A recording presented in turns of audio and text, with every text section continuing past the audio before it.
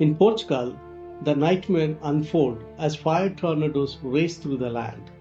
The country battles fierce wildfires fueled by a blazing heat wave with the temperature soaring above 40 degrees. Thousands of lives are at risk, and around 2,000 brave fighters fight tirelessly to tame the relentless flames. The skies are filled with chaos and danger as nature's fury threatens to consume everything in its path.